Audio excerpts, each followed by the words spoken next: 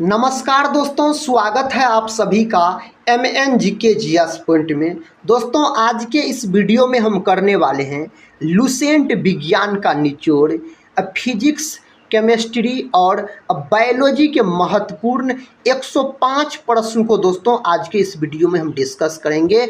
और दोस्तों, सभी 105 फिजिक्स, केमिस्ट्री, बायोलॉजी के उस प्रकार के प्रश्न इस वीडियो में लेके आए हैं दोस्तों, जो प्रश्न किसी न किसी एग्जाम में कई बार पूछे गए हैं और आने वाले कॉम्पिटिटिव एग्जाम में दोस्तों इससे पूछने की भी संभावना अधिक है। जैसा कि दोस्तों आपको पता होगा, किसी भी कॉम्पिटिटिव एग्जाम का बात किया जाए तो उसमें साइंस का वेटेज सबसे अधिक रहता है। इसीलिए दोस्तों इस वीडियो को पूरा आप लोग जरूर देखिएगा और इस वीडियो के अंत में दोस्तों आप बता सकते हैं टोटल 105 प्रश्न के अंतर्गत कितने प्रश्न का सही उत्तर आपको पहले से पता था।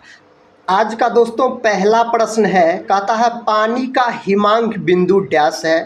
पानी का हिमांक बिंदु दोस्तों फ़ारेनहाइट में पूछा जा रहा है तो 32 डिग्री फ़ारेनहाइट हो जाएगा। यही दोस्तों अगर डिग्री सेल्सियस में पूछा जाता तब बोलते 0 डिग्री सेल्सियस हो जाएगा तब। तो इस प्रश्न का सही उत्तर ऑप्शन डी के साथ चला जाएगा। अगला प्रश्न कर लेते हैं। प्रश्न कहता है खून में कौन सा अवयव नहीं होता है। खून में दोस्तों इनमें से कौन सा अवयव रुधिर में नहीं पाया जाता है। RBC, WBC, प्लेसेंटा और प्लाज्मा। प्लासेंटा दोस्तों नहीं पाया जाता है, इन्हीं को दोस्तों गर्भ नाल भी बोला जाता है। अब प्लेसेंटा को गर्भ नाल भी बोला जाता है। अब भ्रूण को दोस्तों याद रखिएगा कहाँ से पोषण प्राप्त होता है, तब प्लेसेंटा के द्वारा पोषण प्राप्त होता है। अगर दोस्तों RBC का बात किया जाए तो इसको बोला जाता है रेड ब्लड कार्पल्स बोला जाता है। RBC का अगर जीवन काल पूछा जाए तो 120 दिन होता है RBC का जीवन काल। RBC को दोस्तों इरिथ्रोसाइट्स के नाम से जाना जाता है। RBC का कब्रिस्तान किसको कहा जाता है? पलिहा या तिल्ली को RBC का कब्रिस्तान बोला जाता है। RBC का निर्माण कहाँ होता है? तो लाल अस्थि मज्जा में RBC का निर्माण होता है। WBC का बात किया जाए दोस्तों, इसको व्हाइट ब्लड कार्पल्स बोला जाता है। श्वेत रक्त कोशिका याद रखिए, कनिका बोल सकते हैं। इसका जीवन काल पूछा जाए तो 3 से 4 दिन का इसका जीवन काल होता है WBC का। इस बात को आप याद रख सकते हैं। अगला प्रश्न कर लेते हैं। प्रश्न कहता है विटामिन ए का रासायनिक नाम क्या है। विटामिन ए का रासायनिक नाम होता है रेटिनॉल होता है। ऑप्शन ए में दिया गया है इस प्रश्न का सही उत्तर। विटामिन ए की कमी के कारण रतौंधी नामक रोग हो जाता है। विटामिन ए की कमी के कारण। विटामिन ए का अगर प्रमुख स्रोत आपसे पूछा जाए तो आप बोल सकते हैं गाजर दोस्तों विटामिन ए का प्रमुख स्रोत हो जाएगा। विटामिन ए वसा में घुलनशील होता है। अगर थायमिन का बात किया जाए तो यह विटामिन B1 होता है दोस्तों, थायमिन याद रखिएगा। अगर दोस्तों राइबोफ्लेविन का बात किया जाए तो यह विटामिन B2 होता है, राइबोफ्लेविन। अगर दोस्तों विटामिन B3 का बात किया जाए तो नियासिन होता है विटामिन B3। और याद रखिएगा अगर बायोटिक दिया गया, अगर साथ यहाँ पर बायोटिन रहता तो विटामिन B7 को बायोटिन बोला जाता है, विटामिन B7 को। तो इतने बात आप यहाँ से याद रख सकते हैं। नेक्स्ट क्वेश्चन ये रहा। क्वेश्चन कहता है क्रायोजेनिक क्या दर्शाता है। यह दोस्तों क्या दर्शाता है? इसका सही जवाब हो जाएगा कम तापमान दर्शाता है। विकल्प ए के साथ सही उत्तर चला जाएगा। नेक्स्ट क्वेश्चन कर लेते हैं। क्वेश्चन साथी आपके सामने है, इसका सही उत्तर बताइए। कहता है मानव शरीर में ऊर्जा की उत्पत्ति होती है। मानव शरीर में ऊर्जा की उत्पत्ति दोस्तों पूछा जा रहा है तो हार्मोन की क्षरण से इसकी उत्पत्ति होती है। तो ऑप्शन सी में इस प्रश्न का सही उत्तर दिया गया है, तो ऑप्शन सी को आप लॉक कर सकते हैं। इस प्रश्न का सही जवाब कौन विकल्प में दिया गया है? कहता है पके हुए आम में कौन सा विटामिन होता है? Vitamin A, vitamin B, vitamin C और विटामिन ई। तो पके हुए आम में दोस्तों विटामिन ए होता है, याद रखिएगा। भारत का अगर राष्ट्रीय फल आपसे पूछा जाए तो बोलिएगा आम होता है। आम का दोस्तों अगर वनस्पतिक नाम पूछा जाए तो मेंजीफेरा इंडिका याद रखिएगा। विटामिन ए का रासायनिक नाम क्या होता है तो रेटिनॉल होता है, याद रखिएगा। विटामिन ए की कमी के कारण कौन बीमारी हो जाता है तो रतौंधी नामक बीमारी हो जाता है। विटामिन बी1 को दोस्तों बोला जाता है थायमिन बोला जाता है, याद रखिएगा। विटामिन बी2 को राइबोफ्लोविन बोला जाता है। विटामिन बी7 को बायोटिन बोला जाता है। विटामिन बी3 को क्या बोला जाता है नियासिन बोला जाता है। विटामिन सी का अगर रासायनिक नाम पूछा जाए तो एस्कॉर्बिक अम्ल होता है विटामिन सी का रासायनिक नाम। विटामिन सी का दोस्तों प्रमुख स्रोत क्या होता है तो आंवला होता है विटामिन सी का प्रमुख स्रोत। विटामिन बी और विटामिन सी दोनों विटामिन दोस्तों पानी में घुलनशील होता है, जल में घुलनशील होता है। विटामिन अगर ई का दोस्तों आपसे रासायनिक नाम पूछा जाए तो टोकोफेरॉल बोलिएगा। विटामिन ई को सौंदर्य का विटामिन भी बोला जाता है।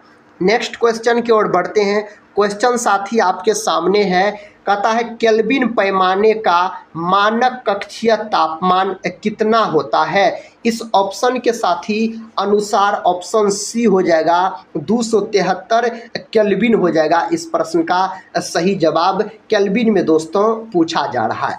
अगर साथी मानव शरीर का सामान्य तापमान पूछा जाए तो 37 डिग्री सेल्सियस बोलिएगा। यही अगर दोस्तों आपसे फ़ारेनहाइट में पूछा जाए तो 98.6 फ़ारेनहाइट बोलिएगा। केल्विन में दोस्तों पूछा जाए तो 310 केल्विन हो जाएगा मानव शरीर का सामान्य ताप केल्विन में। इस बात को भी आप दोस्तों बहुत ज़बरदस्त तरीके से याद रख लीजिएगा। इस प्रश्न का दोस्तों उत्तर बताइए। कहता है कौन सा विटामिन खाना पकाने के क्रम में नष्ट हो जाता है। कौन विटामिन दोस्तों खाना पकाने के क्रम में कहता है नष्ट हो जाता है तो विटामिन सी नष्ट हो जाता है, याद रखिए। इसको बोला जाता है एस्कॉर्बिक अम्ल बोला जाता है। इसका प्रमुख स्रोत होता है आंवला होता है। दोस्तों हम vitamin A, vitamin C, vitamin B के बारे में बात कर चुके हैं इससे पहले। दोस्तों विटामिन डी के बारे में हम बात करते हैं तो विटामिन डी का रासायनिक नाम है कैल्सीफेरॉल। विटामिन डी का रासायनिक नाम होता है। विटामिन डी की कमी से रिकेट्स नामक रोग हो जाता है। और विटामिन डी को दोस्तों हार्मोन भी बोला जाता है। अगर आपसे पूछा जाए कौन विटामिन को हार्मोन कहा जाता है तो आप बोल सकते हैं विटामिन डी को हार्मोन कहा जाता है। सूर्य के प्रकाश से विटामिन डी प्राप्त होता है। कहता है भोजन में लोहे की कमी के कारण होता है। भोजन में दोस्तों लोहे की कमी के कारण क्या हो जाता है तो इसका सही उत्तर हो जाएगा एनीमिया नामक रोग हो जाता है अगर लोहा का कमी होगा तो। अगर दोस्तों लोहा का प्रतीक पूछा जाए तो एफ ही बोल सकते हैं। परमाणु क्रमांक पूछा जाए तो कितना बोल सकते हैं 26 बोल सकते हैं। मानव के दोस्तों रक्त में यानी रुधिर में कौन धातु पाया जाता है तो लोहा धातु पाया जाता है। नेक्स्ट क्वेश्चन की ओर बढ़ते हैं। क्वेश्चन दोस्तों आपके सामने है, इसका सही उत्तर बताइए। प्रश्न का था विटामिन ई होता है दालों में, मक्खनों में, गेहूं के अंकुर के तेल में, मछली का यकृत का तेल में। किस में होता है दोस्तों विटामिन ई तो ऑप्शन सी हो जाएगा गेहूं के अंकुरन के तेल में दोस्तों विटामिन ई होता है। विटामिन ई का अगर रासायनिक नाम पूछा जाए तो आप क्या बोलिएगा टोकोफेरॉल बोलिएगा। विटामिन ई को सौंदर्य का विटामिन बोला जाता है। मछली के यकृत के तेल में दोस्तों प्रचुर मात्रा में विटामिन ए और डी पाया जाता है। दोनों विटामिन पाया जाता है मछली के यकृत के तेल में अगर आपसे पूछा जाए तो। बर्फ का गलनांक बिंदु है। बर्फ का गलनांक दोस्तों इसका बिंदु पूछा जा रहा है। बताइए इसका सही जवाब कौन ऑप्शन में दिया गया है तो 273 केल्विन हो जाएगा। ऑप्शन ए में दिया गया है। बर्फ का दोस्तों गलनांक कितना होता है केल्विन में 273। अगर यही डिग्री सेल्सियस में पूछा जाए तो 0 डिग्री सेल्सियस होता है बर्फ का गलनांक। अगला प्रश्न कर लेते हैं। प्रश्न कहता है वह पदार्थ जिसकी कमी से डिहाइड्रेशन होता है उसको क्या बोला जाता है दोस्तों। किसकी कमी के कारण डिहाइड्रेशन होता है। नमक की कमी से, खून की कमी से, पानी की कमी से, लवण की कमी से। इसका सही उत्तर हो जाएगा पानी की कमी से यह हो जाता है। तब विकल्प दोस्तों आप सी को लॉक कर सकते हैं इस प्रश्न का सही जवाब। इसका दोस्तों सही उत्तर कौन ऑप्शन में दिया गया है? कहता है इन सभी में सबसे अधिक मात्रा में कैरोटीन किसमें पाया जाता है? किनमें दोस्तों कैरोटीन सबसे अधिक मात्रा में पाया जाता है? गाजर में पाया जाता है, याद रखिएगा। अगला प्रश्न कर लेते हैं। देखिए दोस्तों, अगला प्रश्न कहता है विटामिन ई की कमी से निर्मित रोग है। विटामिन ई की कमी से कौन रोग होता है? तो जनन क्षमता में कमी होता है विटामिन ई की कमी के कारण, याद रखिएगा। रिकेट्स नामक रोग विटामिन डी की कमी के कारण होता है। बेरी नामक रोग का बात किया जाए तो विटामिन बी के कमी कारण बेरी नामक रोग हो जाता है। कहता है विटामिन ए की कमी से क्या होता है? तो विटामिन ए की कमी से रतौंधी नामक रोग हो जाता है। तो विकल्प बी को दोस्तों आप सही कर सकते हैं। इसका सही उत्तर ऑप्शन बी के साथ चला जाएगा। अगर दोस्तों विटामिन ए का आविष्कारक का नाम पूछा जाए, मैकुलम बोलिएगा। मैकुलम साहब ने दोस्तों विटामिन ए और विटामिन बी का आविष्कार किया, तो इस बात को भी आप याद रख सकते हैं। अगला प्रश्न कर लेते हैं। प्रश्न कहता मनुष्य की आँखों की स्वस्थ क्रियाशीलता कौन सा विटामिन बढ़ाता है? कौन विटामिन बढ़ाता है? द विटामिन साथी कौन बढ़ाता है? विटामिन ए बढ़ाता है। तो ऑप्शन हो जाएगा डी इस प्रश्न का सही उत्तर। दोस्तों विटामिन के का रासायनिक नाम पूछा जाए तो फिलोक्विनोन बोलिएगा विटामिन के का रासायनिक नाम। विटामिन बी का हम बता चुके, साथ ही सी का भी बता चुके हैं, ए का भी बता चुके हैं। अगला प्रश्न कर लेते हैं।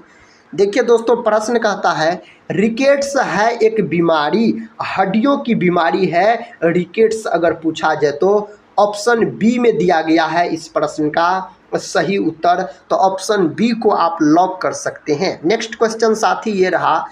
क्वेश्चन कहता है निम्नलिखित में से कौन सा विद्युत आवेश का सुचालक है? कांच, कागज, तांबा और पानी दिया गया है। तो तांबा हो जाएगा। विद्युत आवेश का अगर एसआई मात्रक आपसे पूछा जाए तो आप बोल सकते हैं कूलम। कूलम हो जाएगा दोस्तों विद्युत आवेश का एसआई मात्रक। इसको सी से सूचित किया जाता है कूलम को। नेक्स्ट क्वेश्चन कहता है मानव शरीर में कार्बोहाइड्रेट के रूप में पुनः संग्रह होता है। किसका होता है? कार्बोहाइड्रेट के रूप में। तो साथ ही ग्लाइकोजन का होता है। तो ऑप्शन हो जाएगा डी इसका सही उत्तर। अगर ग्लूकोज का बात किया जाए तो C6H12O6 इसका अनुसूत्र होता है ग्लूकोज का, याद रखिएगा। अगला प्रश्न कर लेते हैं। प्रश्न कहता है साथी सबसे अधिक लोहा पाया जाता है। तो हरी सब्जी में दोस्तों सबसे अधिक लोहा पाया जाता है। देखिए दोस्तों, दूध में कौन विटामिन नहीं पाया जाता है? तो विटामिन सी दूध में नहीं पाया जाता है। दूध और दही में लैक्टिक अम्ल होता है, याद रखिएगा। अगला प्रश्न कहता है शहद का मुख्य घटक है। शहद का दोस्तों मुख्य घटक आपसे पूछा जा रहा है। फ्रुक्टोज देखिए कहाँ दिया गया है? तो ऑप्शन डी में दिया गया है। नेक्स्ट क्वेश्चन साथी, क्वेश्चन कहता है लौह आवश्यक है, यह किसके लिए आवश्यक है? हीमोग्लोबिन व आरबीसी के निर्माण के लिए यह सही है साथी। सामान्य स्वास्थ्य बनाए रखने के लिए यह भी सही है आपको। कहता शरीर के ऊतकों तक ऑक्सीजन पहुंचाने के लिए यह भी सही है। उपर्युक्त सभी इस प्रश्न का उत्तर हो जाएगा। तो आप ऑप्शन डी को लॉक कर सकते हैं। अगला प्रश्न कर लेते हैं। प्रश्न कहता है भोजन में शर्करा की जांच किसको डालकर की जाती है? किसको डालकर की जाती है? तो आयोडीन को डालकर की जाती है। तो ऑप्शन ए हो जाएगा इस प्रश्न का उत्तर। कहता है कोई व्यक्ति चावल, दाल एवं दही खाता है तो नीचे दिए गए किसकी कमी होगी? किसका दोस्तों कमी होगा? तो विटामिन ए का कमी होगा। तो ऑप्शन हो जाएगा सी इस प्रश्न का सही उत्तर। प्रोटीन का बात किया जाए तो इसका खोज 1838 ईस्वी में किया गया। प्रोटीन दोस्तों अमीनो अम्ल से बने होते हैं। अमीनो अम्ल द्वारा बना होता है प्रोटीन। प्रोटीन की कमी के कारण मेरास्मस और क्वाशियरकोर नामक बीमारी हो जाता है और यह बीमारी अधिकतर बच्चों में देखने को मिलता है। प्रोटीन का फैक्टरी पूछा जाए तो आप राइबोसोम को बोल सकते हैं, प्रोटीन का फैक्टरी बोला जाता है। कहता है निम्नलिखित में से किस प्रकार के भोजन लेने से लोगों को पौष्टिक आहार मिलता है। कौन प्रकार का भोजन लेने से पौष्टिक आहार मिलता है? तो दोस्तों ऑप्शन ए हो जाएगा, सभी प्रकार के गुणों से संपन्न भोजन लेने से। इसका सही उत्तर विकल्प ए में दिया गया है। नेक्स्ट क्वेश्चन कर लेते हैं। कहता है पानी का क्वथनांक कितना होता है। पानी का दोस्तों क्वथनांक कितना होता है? तो 212 डिग्री फ़ारेनहाइट होता है। विकल्प बी में साथ ही इस प्रश्न का सही उत्तर दिया गया है। इसका दोस्तों सही उत्तर लॉक कीजिए। कहता पशुओं में मिल्क फीवर बीमारी किसकी कमी के कारण होता है? कैल्शियम, लोहा, विटामिन डी और नत्रजन दिया गया है ऑप्शन में। कैल्शियम के कमी के कारण होता है पशुओं में मिल्क फीवर नामक बीमारी का अगर बात किया जाए तो। प्रश्न कहता है C12H12O11 को किसके रूप में जाना जाता है? यह चीनी के रूप में जाना जाता है। चीनी का अणुसूत्र होता है C12H12O11। नमक को किस रूप में जाना जाता है? NaCl के रूप में दोस्तों नमक को जाना जाता है। अगला प्रश्न कर लेते हैं। प्रश्न कहता है ब्लड बैंक किसको कहा जाता है? तो एस्पिरिन या प्लीहा को दोस्तों, तिल्ली को याद रखिएगा, ब्लड बैंक कहा जाता है। तो ऑप्शन ए इस प्रश्न का उत्तर हो जाएगा। यकृत का हम बात करते हैं।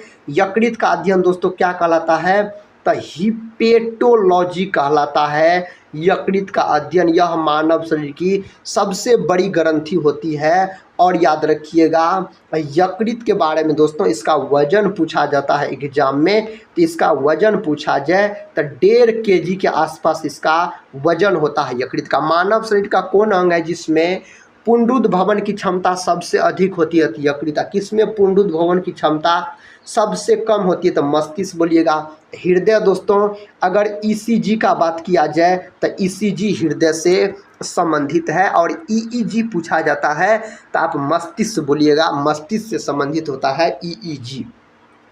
कहता है बोल्ट की चूड़ी के किस भाग को क्रेस्ट कहते हैं? किसको बोला जाता है? किस भाग को? सबसे ऊपर वाले भाग को बोला जाता है। अगला प्रश्न कर लेते हैं। प्रश्न कहता है खाद्य ऊर्जा को हम किस इकाई में माप सकते हैं? खाद्य ऊर्जा को दोस्तों हम कौन इकाई में माप सकते हैं? तो कैलोरी में माप सकते हैं, याद रखिएगा। किस में? तो कैलोरी में माप सकते हैं। दोस्तों 1 कैलोरी कितने जूल के बराबर होते हैं? तो 4.2 जूल के बराबर होते हैं 1 कैलोरी। और केल्विन का बात किया जाए तो ताप का मात्रक हो जाता है केल्विन। जूल दोस्तों यह ऊर्जा याद रखिएगा। और कार्य का मात्रक हो जाता है जूल। और कार्य का सीजियस मात्रक अर्ग हो जाता है। नेक्स्ट क्वेश्चन कर लेते हैं। क्वेश्चन कहता है रेफ्रिजरेटर किस सिद्धांत पर काम करता है? दोस्तों कौन सिद्धांत पर रेफ्रिजरेटर काम करता है? तो यह वाष्पीकरण के सिद्धांत पर काम करता है। तो विकल्प हो जाएगा डी इस प्रश्न का सही उत्तर। अगला प्रश्न कहता है वायु में सबसे अधिक मात्रा में पाई जाने वाली गैस है। वायु में सबसे अधिक मात्रा में पाई जाने वाली गैस है तो नाइट्रोजन गैस है। कितना प्रतिशत पाया जाता है? 78% पाया जाता है। दोस्तों अगर कार्बन डाइऑक्साइड का बात किया जाए यानी CO2 का, यह 0.03% वातावरण में पाया जाता है। ऑक्सीजन के बारे में दोस्तों अगर हम बात करते हैं तो 21% के आसपास पाया जाता है। हाइड्रोजन को दोस्तों आवारा तत्व की संज्ञा दी गई है। हाइड्रोजन याद रखिएगा, इसका परमाणु क्रमांक 1 होता है और संकेत H होता है। हाइड्रोजन के 3 समस्थानिक दोस्तों होते हैं। अगला प्रश्न कर लेते हैं। प्रश्न कहता है डायनामाइट बनाने के लिए किस द्रव्य का प्रयोग किया जाता है?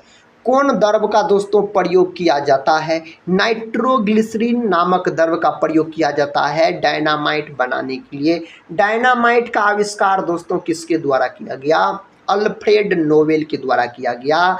अल्फ्रेड नोबेल की स्मृति में दोस्तों नोबेल पुरस्कार दिया जाता है। और नोबेल पुरस्कार की शुरुआत कब हुई? तो 1901 ईस्वी से नोबेल पुरस्कार की शुरुआत हुई।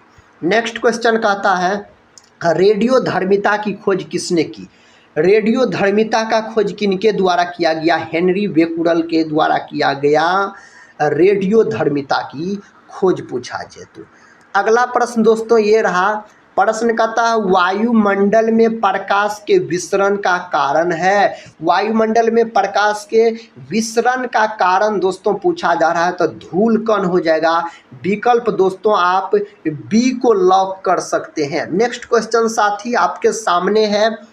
क्वेश्चन कहता है क्यूरी किसकी इकाई है? बताइए दोस्तों क्यूरी किसकी इकाई होती है? तो रेडियो सक्रियता की इकाई होती है अगर क्यूरी का बात किया जाए तो। नेक्स्ट क्वेश्चन साथी कर लेते हैं। क्वेश्चन कहता है पेसमेकर का संबंध किससे है? दोस्तों पेसमेकर का संबंध किससे है? तो हृदय से है पेसमेकर का संबंध। ऑप्शन डी को दोस्तों सही लॉक कर लीजिए, ऑप्शन डी सही है। दोस्तों आज के इस वीडियो में हम आपको टोटल 105 फिजिक्स, केमिस्ट्री और बायोलॉजी के महत्वपूर्ण प्रश्न करवाएंगे जो एग्जाम के दृष्टिकोण से बहुत ही महत्वपूर्ण है। कहता C12H22O11 का रासायनिक सूत्र है। किसका रासायनिक सूत्र है दोस्तों? यह इस 4 ऑप्शन में से दोस्तों कौन ऑप्शन सही दिया गया है? लैक्टोज दिया गया है, चीनी याद रखिए। लैक्टोज ऑप्शन सी हो जाएगा इस प्रश्न का सही उत्तर। अगला प्रश्न कर लेते हैं। प्रश्न का था अधिक ऊंचाई पर मानव शरीर में श्वेत रक्त कणिकाएं आकार में बड़ी हो जाएगी, आकार में छोटी हो जाएगी, संख्या बढ़ जाएगी, संख्या घट जाएगी। इसका दोस्तों सही उत्तर कौन ऑप्शन में दिया गया है? तो साथी आप ऑप्शन ए को लॉक कर सकते हैं, आकार में बड़ी हो जाएगी। ऑप्शन ए हो जाएगा इस प्रश्न का सही उत्तर। देखिए अगला प्रश्न कहता है जल की कठोरता किसकी उपस्थिति से होती है? जल की कठोरता किनके उपस्थिति के कारण होता है? इसका दोस्तों सही उत्तर हो जाएगा मैग्नीशियम बाई कार्बोनेट की उपस्थिति कारण। ब्रिंजक चूर्ण का बात किया जाए दोस्तों तो इसका अनुसूत्र होता CaOCl2 होता है। ब्रिंजक चूर्ण का अनुसूत्र, इन्हीं को ब्लीचिंग पाउडर बोला जाता है, CaOCl2 बोलिएगा इसका अनुसूत्र होता है। सोडियम दोस्तों इसका प्रतीक Na होता है, परमाणु क्रमांक 11। सोडियम को चाकू से काटा जा सकता है, इन्हें किरोसिन तेल में डुबाकर रखा जाता है सोडियम धातु को। कहता है शरीर में निम्नलिखित में से किसकी अधिकता से हृदयघात होता है? किसकी अधिकता से? तो कोलेस्ट्रॉल की अधिकता से। विकल्प बी साथी इस प्रश्न का सही उत्तर चला जाएगा। नेक्स्ट क्वेश्चन कहता है सबसे जटिल कार्बनिक पदार्थ होता है। सबसे जटिल दोस्तों कार्बनिक पदार्थ आपसे पूछा जा रहा है तो इसमें प्रोटीन हो जाएगा, ऑप्शन हो जाएगा सी इसका सही जवाब। नेक्स्ट क्वेश्चन देखिए कहता हीमोग्लोबिन में निम्नलिखित में से कौन सी धातु मौजूद होती है? लोहा धातु हीमोग्लोबिन में मौजूद होता है। हीमोग्लोबिन के कारण रक्त का रंग लाल होता है। हीमोग्लोबिन दोस्तों एक प्रकार का वर्णक है। क्लोरोफिल में कौन धातु पाया जाता है? तो मैग्नीशियम धातु पाया जाता है, याद रखिएगा। नेक्स्ट क्वेश्चन कर लेते हैं। क्वेश्चन कहता है प्रत्यावर्ती धारा का आविष्कार किसके द्वारा किया गया? प्रत्यावर्ती धारा यानी AC का बात हो रहा है, और एक होता है साथी दृष्टि धारा DC होता है। कहता प्रत्यावर्ती धारा का आविष्कार किसके द्वारा किया गया? तो निकोला टेस्ला के द्वारा इसका आविष्कार किया गया। तो विकल्प सी को आप लॉक कर सकते हैं। नेक्स्ट क्वेश्चन दोस्तों ये रहा। क्वेश्चन कहता है ग्लिसरॉल का रासायनिक सूत्र क्या है? ग्लिसरॉल का दोस्तों रासायनिक सूत्र क्या है? तो C3H5OH है। ऑप्शन सी हो जाएगा इस प्रश्न का सही उत्तर। तो ऑप्शन सी को आप लॉक कर सकते हैं। अगला प्रश्न कर लेते हैं। कहता है मोबाइल फोन का आविष्कार किसने किया था? मोबाइल फ़ोन का आविष्कार दोस्तों किसके द्वारा किया गया? मार्टिन कूपर के द्वारा किया गया मोबाइल फ़ोन का आविष्कार। तो विकल्प सी हो जाएगा इस प्रश्न का सही उत्तर। अगला प्रश्न कहता है रिवॉल्वर का आविष्कार किसने किया था? दोस्तों इसका आविष्कार किसके द्वारा किया गया? सैमुअल कोल्ट के द्वारा किया गया। विकल्प साथी डी में दिया गया है इस प्रश्न का सही उत्तर। नेक्स्ट क्वेश्चन देखिए दोस्तों, क्वेश्चन कहता है इथेनॉल का क्वथनांक है। इथेनॉल का दोस्तों क्वथनांक बताइए। तो 78 डिग्री सेल्सियस होता है इथेनॉल का क्वथनांक, अगर साथी आपसे पूछा जाए तो। अगला प्रश्न कहता है मानव शरीर के किस अंग पर एंजियोप्लास्टी की जाती है? किस अंग पर किया जाता है? तो यह किया जाता है हृदय पर। ऑप्शन दोस्तों सी होगा। अगर मनुष्य के पेट में पूछा जाए कौन अम्ल पाया जाता है तो HCl अम्ल पाया जाता है मनुष्य के पेट में। नेक्स्ट क्वेश्चन देखिए दोस्तों, कहता संतरे में कौन सा अम्ल पाया जाता है? बताइए साथी उत्तर। संतरे में कौन सा अम्ल पाया जाता है? साइट्रिक अम्ल देखिए कहाँ दिया गया है, ऑप्शन डी में दिया गया है। एसिटिक अम्ल का बात किया जाए तो यह सिरका में पाया जाता है एसिटिक अम्ल। टाट्रिक अम्ल दोस्तों अंगूर और इमली में पाया जाता है टाट्रिक अम्ल, अगर आपसे पूछा जाए तो।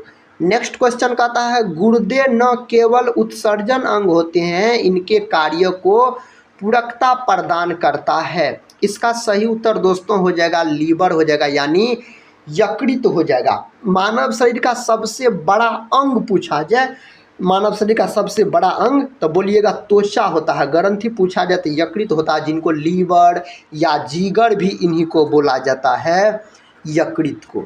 अगला प्रश्न दोस्तों कहता है टाट्रिक एसिड यानी टाट्रिक अम्ल किसका एक घटक है?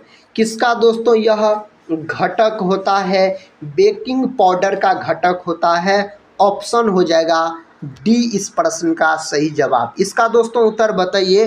कहता इनमें से कौन सबसे सरल एल्कोहल है? इनमें से दोस्तों कौन सबसे सरल एल्कोहल है आपसे पूछा जा रहा है। मेथेनॉल हो जाएगा सबसे सरल एल्कोहल, अगर आपसे पूछा जाए तो। देखिए दोस्तों नेक्स्ट क्वेश्चन कहता है नेफ्रॉन का संबंध किससे है? साथी नेफ्रॉन का संबंध जो है उत्सर्जन तंत्र से है। तो विकल्प हो जाएगा डी इसका सही उत्तर।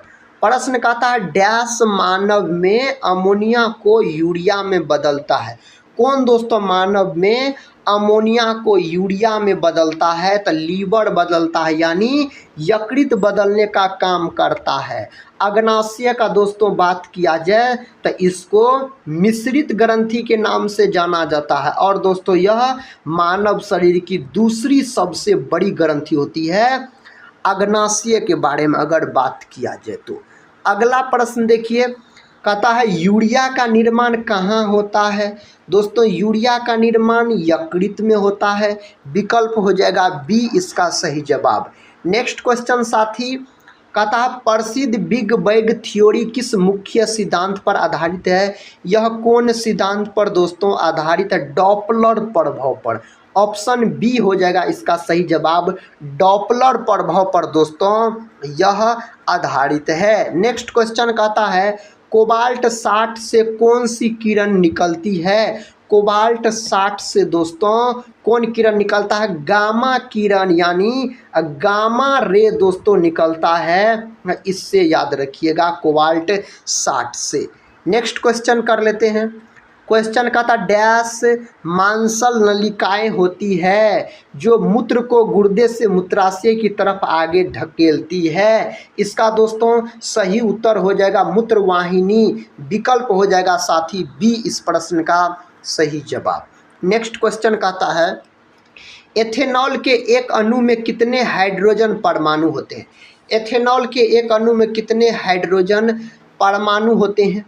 कितने होते हैं? तो 6 होते हैं, याद रखिएगा। विकल्प दोस्तों सी होगा इसका सही उत्तर। अगला प्रश्न कर लेते हैं। कहता है दोस्तों मनुष्य के गुर्दे के निस्यंदन की इकाइयों को कहते हैं, इनको साथी क्या बोला जाता है? नेफ्रॉन्स बोला जाता है। ऑप्शन बी इसका सही जवाब चला जाएगा। इसका दोस्तों उत्तर बताइए, कहता है सोलर सिस्टम को किसने खोजा। सोलर सिस्टम को दोस्तों खोजने का काम किया है कॉपरनिकस ने। विकल्प ए को आप लॉक कर सकते हैं।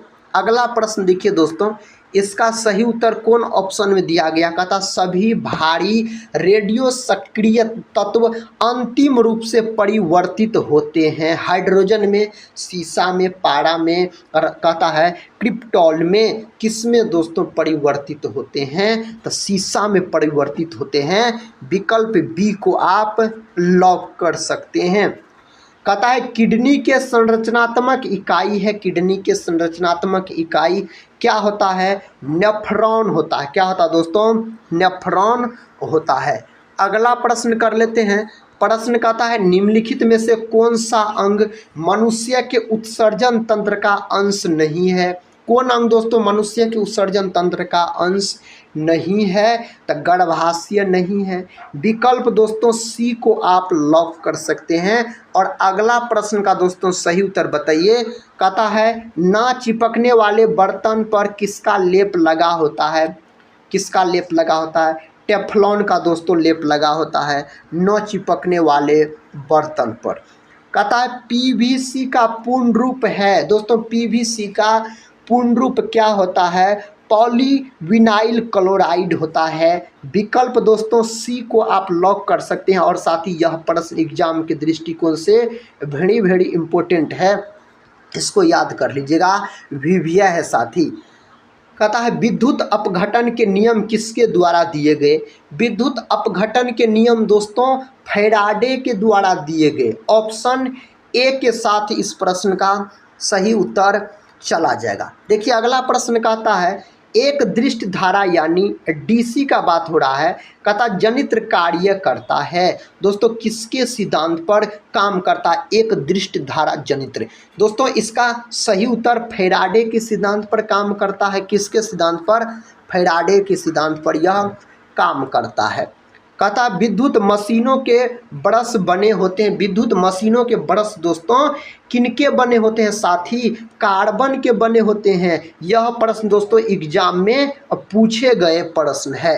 अगला प्रश्न कर लेते हैं। प्रश्न कहता है निम्नलिखित में से कौन सा यौगिक गुर्दे की पथरी का निर्माण करने वाले सर्वाधिक सामान्य यौगिक है। इसका नाम हो जाएगा कैल्शियम ऑक्जेलेट हो जाएगा। विकल्प ए को दोस्तों आप लॉक कर सकते हैं। अगला प्रश्न कहता है शरीर का कौन सा अंग खून के शुद्धिकरण से संबंधित है। शरीर का कौन सा अंग खून के शुद्धिकरण से संबंधित है, तो दोस्तों गुर्दा इससे संबंधित है। ऑप्शन साथी सी के साथ इस प्रश्न का सही उत्तर चला जाएगा। अगला प्रश्न कहता है नेफ्रोलॉजी डैश के साथ जुड़ा है। नेफ्रोलॉजी दोस्तों किसके साथ जुड़ा है, गुर्दा के साथ जुड़ा है। किसके साथ, गुर्दा के साथ जुड़ा है। अगला प्रश्न कहता है वात्या भट्ठी का प्रयोग निम्नलिखित में से किस लिए होता है। इस भट्ठी का प्रयोग दोस्तों किस लिए होता है, अपचयन के लिए इस भट्ठी का प्रयोग किया जाता है। इसका उत्तर दोस्तों कौन ऑप्शन में दिया गया है, कहता है मेलाकोनाइट इनमें से किस धातु का खनिज है। यह दोस्तों कौन धातु का खनिज है पूछा जा रहा है, तो तांबा धातु का खनिज है। और दोस्तों याद रखिएगा एल्युमिनियम का पूछा जाए तो बॉक्साइट हो जाएगा। लोहा का पूछा जाए तो मैग्नेटाइट और हेमेटाइट हो जाएगा साथी। अगला प्रश्न दोस्तों ये रहा, कहता डायलिसिस की प्रक्रिया किससे संबंधित है। डायलिसिस की प्रक्रिया दोस्तों यह कौन चीज़ से संबंधित है, गुर्दा से संबंधित है। विकल्प डी हो जाएगा इस प्रश्न का सही जवाब। साथ ही इस प्रश्न को आप याद रखिएगा, यह प्रश्न एग्जाम में बार बार ट्रेंडिंग में रहते हैं। देखिए नेक्स्ट क्वेश्चन साथी कहता है अल्ट्रा फिल्ट्रेशन संबंधित है। अल्ट्रा फिल्ट्रेशन दोस्तों यह कौन चीज़ से संबंधित है, उत्सर्जन से संबंधित है। विकल्प सी के साथ ही इस प्रश्न का उत्तर चला जाएगा। पेशी ऊतक कितने प्रकार के होते हैं, 2, 3, 4, 5। पेशी ऊतक दोस्तों कितने प्रकार के होते हैं? तो 3 प्रकार के होते हैं अगर पेशी ऊतक पूछा जाए तो। मानव शरीर की त्वचा की सबसे बाह्य परत कहलाती है, यह कहलाती है एपिडर्मिस कहलाती है। विकल्प सी को साथ ही आप लॉक कर सकते हैं। कहता हीमेटोलॉजी का अध्ययन किससे संबंधित है? हीमेटोलॉजी का अध्ययन दोस्तों किससे संबंधित है? रक्त से संबंधित है। किससे संबंधित है? रक्त से संबंधित है, यानी रुधिर से संबंधित है। कहता चौक का रासायनिक नाम क्या है? बताइए दोस्तों, इसका सही जवाब कौन ऑप्शन में दिया गया है? कहता चौक का रासायनिक नाम क्या है? Calcium carbonate. देखिए कहाँ दिया गया है, तो ऑप्शन सी में दोस्तों दिया गया है कैल्शियम कार्बोनेट चौक का रासायनिक नाम हो जाएगा। प्रश्न कहता है कैल्शियम हाइड्रोक्साइड के सॉल्यूशन का सामान्य नाम क्या है? इसका सामान्य नाम नींबू पानी है दोस्तों। इसका सामान्य नाम सिरका में एसीटिक अम्ल पाया जाता है। एसीटिक अम्ल दोस्तों किस में पाया जाता है? सिरका में, याद रखिएगा, पाया जाता है। अगला प्रश्न कहता है कैल्शियम का परमाणु द्रव्यमान है। कैल्शियम का दोस्तों परमाणु संख्या 20 होता है, संकेत साथी Ca होता है, और इसका परमाणु द्रव्यमान आपसे पूछा जा रहा है तो 40 हो जाएगा इसका परमाणु द्रव्यमान। अगला प्रश्न कर लेते हैं। कहता CaO कैल्शियम ऑक्साइड, CaO का रासायनिक नाम क्या है? इसका दोस्तों रासायनिक नाम है कैल्शियम ऑक्साइड। ऑप्शन डी के साथ इसका सही जवाब चला जाएगा। अगले प्रश्न की ओर बढ़ते हैं।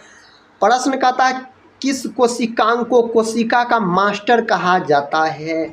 दोस्तों किसको? नाभिक को बोला जाता है। कोशिकांग को कोशिका का मास्टर कहा जाता है। कोशिका का पावर हाउस अगर आपसे पूछा जाए, पावर हाउस माइटोकॉन्ड्रिया को कहा जाता है। माइटोकॉन्ड्रिया को दोस्तों सूत्रकणिका हिंदी में बोला जाता है। सूत्रकणिका, याद रखिए, इन्हें बोला जाता है।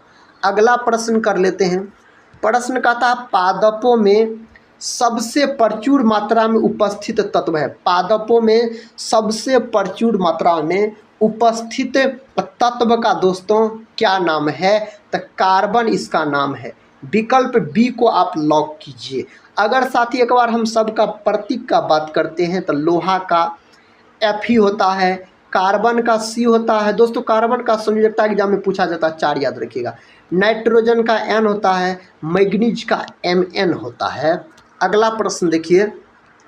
कहता है मानव शरीर का मुख्य हिस्सा किससे बना होता है? मानव शरीर का दोस्तों मुख्य हिस्सा किससे बना होता है? यह बना होता है पानी से बना होता है। अगला प्रश्न देखिए दोस्तों।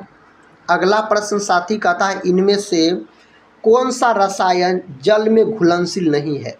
कौन सा रसायन इनमें से जल में घुलनशील नहीं है? कैल्शियम कार्बोनेट जल में घुलनशील नहीं है। नेक्स्ट क्वेश्चन कहता है इनमें से कौन सा रक्त के जमने के लिए आवश्यक खनिज है? रक्त के जमने के लिए आवश्यक खनिज दोस्तों पूछा जा रहा है। कैल्शियम हो जाएगा। ऑप्शन हो जाएगा डी इस प्रश्न का सही जवाब। कहता है निम्नलिखित में से कौन सा कैल्शियम का बना होता है? कौन दोस्तों कैल्शियम का बना होता है? तो दांत बना होता है कैल्शियम और फॉस्फेट का। अगला प्रश्न कहता है निम्न में से क्या मैक्रो पोषक तत्व नहीं है? इनमें से कौन नहीं है? विटामिन दोस्तों नहीं है। विटामिन साथी 2 प्रकार के होते हैं, एक होता है जल में घुलनशील, एक होता है वसा में घुलनशील। तो जल में घुलनशील विटामिन 2 होता है दोस्तों, एक होता है विटामिन बी और दूसरा होता है विटामिन सी। और साथ ही वसा में घुलनशील विटामिन होता है ए होता है, डी होता है, ई होता है और के होता है। ये सभी विटामिन दोस्तों आपको वसा में घुलनशील होता है। अगला प्रश्न कर लेते हैं। कहता है मनुष्य का अध्ययन किसके अंतर्गत करते हैं? मनुष्य का अध्ययन दोस्तों किसके अंतर्गत किया जाता है? एंथ्रोपोलॉजी के अंतर्गत किया जाता है मनुष्य का अध्ययन अगर आपसे पूछा जाए तो। कहता है मानव शरीर की एक कोशिका में कितने गुणसूत्र होते हैं?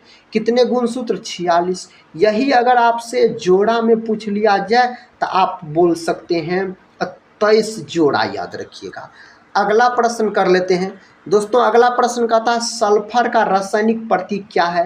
तो सल्फर का रासायनिक प्रतीक तो एस होता है। सल्फर का परमाणु क्रमांक दोस्तों 16 होता है। सल्फरे को दोस्तों गंधक बोला जाता है, याद रखिएगा।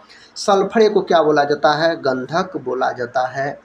अगला प्रश्न कहता है निम्नलिखित में से कौन सा तत्व बहुपरमाणुक है। इनमें से कौन सा तत्व साथी बहुपरमाणुक आपसे पूछा जा रहा है। सल्फर हो जाएगा, ऑप्शन हो जाएगा सी इसका सही उत्तर। नेक्स्ट क्वेश्चन दोस्तों ये रहा, कहता है निम्नलिखित में से कौन एक क्षारीय नहीं है। इनमें से दोस्तों कौन एक क्षारीय नहीं है। तो सल्फर दोस्तों क्षारीय नहीं है, ऑप्शन डी इसका सही जवाब हो जाएगा।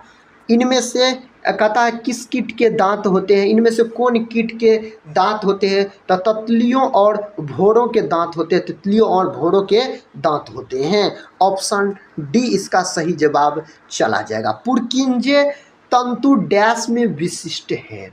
किसमें है दोस्तों, हृदय में स्नायु तंतु, ऑप्शन डी इसका सही जवाब चला जाएगा। नेक्स्ट क्वेश्चन कहता है निम्नलिखित में से किसे स्ट्रेटेजिक धातु कहते हैं। स्ट्रेटेजिक धातु किनको बोला जाता है। सिलिकॉन, जर्मेनियम, टाइटेनियम, यूरेनियम, किनको बोला जाता है। तो टाइटेनियम को दोस्तों बोला जाता है। अगला प्रश्न देखिए दोस्तों, कहता सबसे कठोरतम पदार्थ कौन सा होता है। हीरा होता है सबसे कठोरतम पदार्थ, याद रखिएगा। हीरा का अपवर्तनांक 2.42 होता है। हीरा किसके कारण चमकता है। तो पूर्ण आंतरिक परावर्तन के कारण हीरा चमकता है। कोयला के 4 प्रकार होते हैं, एंथ्रासाइट, बिटुमिनस, लिग्नाइट और पीट, जिसमें सबसे उच्चतम कोटि का कोयला एंथ्रासाइट होता है और दोस्तों सबसे घटिया किस्म का कोयला पीट होता है। भूरा कोयला लिग्नाइट को बोला जाता है मुलायम कोयला, बिटुमिनस को बोला जाता है मुलायम कोयला। कहता सर्वाधिक कठोर तत्व निम्नलिखित में से कौन सा है। सर्वाधिक कठोर तत्व पूछा जा रहा है तो हीरे न हो जाएगा सर्वाधिक कठोर तत्व। बल का फिलामेंट किसका बना होता है, टंगस्टन धातु का। इन्हें डब्लू से सूचित किया जाता है। सीसा दोस्तों इसको पी भी बोला जाता है। परमाणु क्रमांक पूछा जाए तो आप 82 बोल सकते हैं।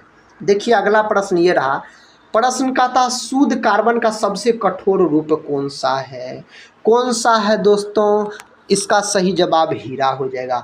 विकल्प साथी ए को आप लॉक कर सकते हैं। कहता है निम्न में से कौन एक तत्व है। दोस्तों इनमें से कहता कौन एक तत्व है, हीरा तो एक तत्व है, ऑप्शन डी इसका सही जवाब चला जाएगा। दोस्तों आज का अंतिम प्रश्न कहता है सोडियम को किस में रखकर संचित किया जाता है। तो मिट्टी के तेल में रखकर संचित किया जाता है सोडियम को, याद रखिएगा। दोस्तों आज के इस वीडियो में हम आपको फिजिक्स, केमिस्ट्री और बायोलॉजी के इम्पोर्टेंट 105 प्रश्न को डिस्कस किए। सभी प्रश्न दोस्तों कॉम्पिटिटिव एग्जाम के दृष्टिकोण से बहुत ही महत्वपूर्ण है। दोस्तों आज के इस वीडियो में आपका स्कोर क्या रहा, आप कितने प्रश्न का सही से उत्तर दे पाए, दोस्तों कमेंट बॉक्स में आप बता सकते हैं। साथ ही आज के इस वीडियो को यहीं पर हम समाप्त करते हैं और मिलते हैं नेक्स्ट वीडियो में। तब तक के लिए जय हिंद, जय भारत।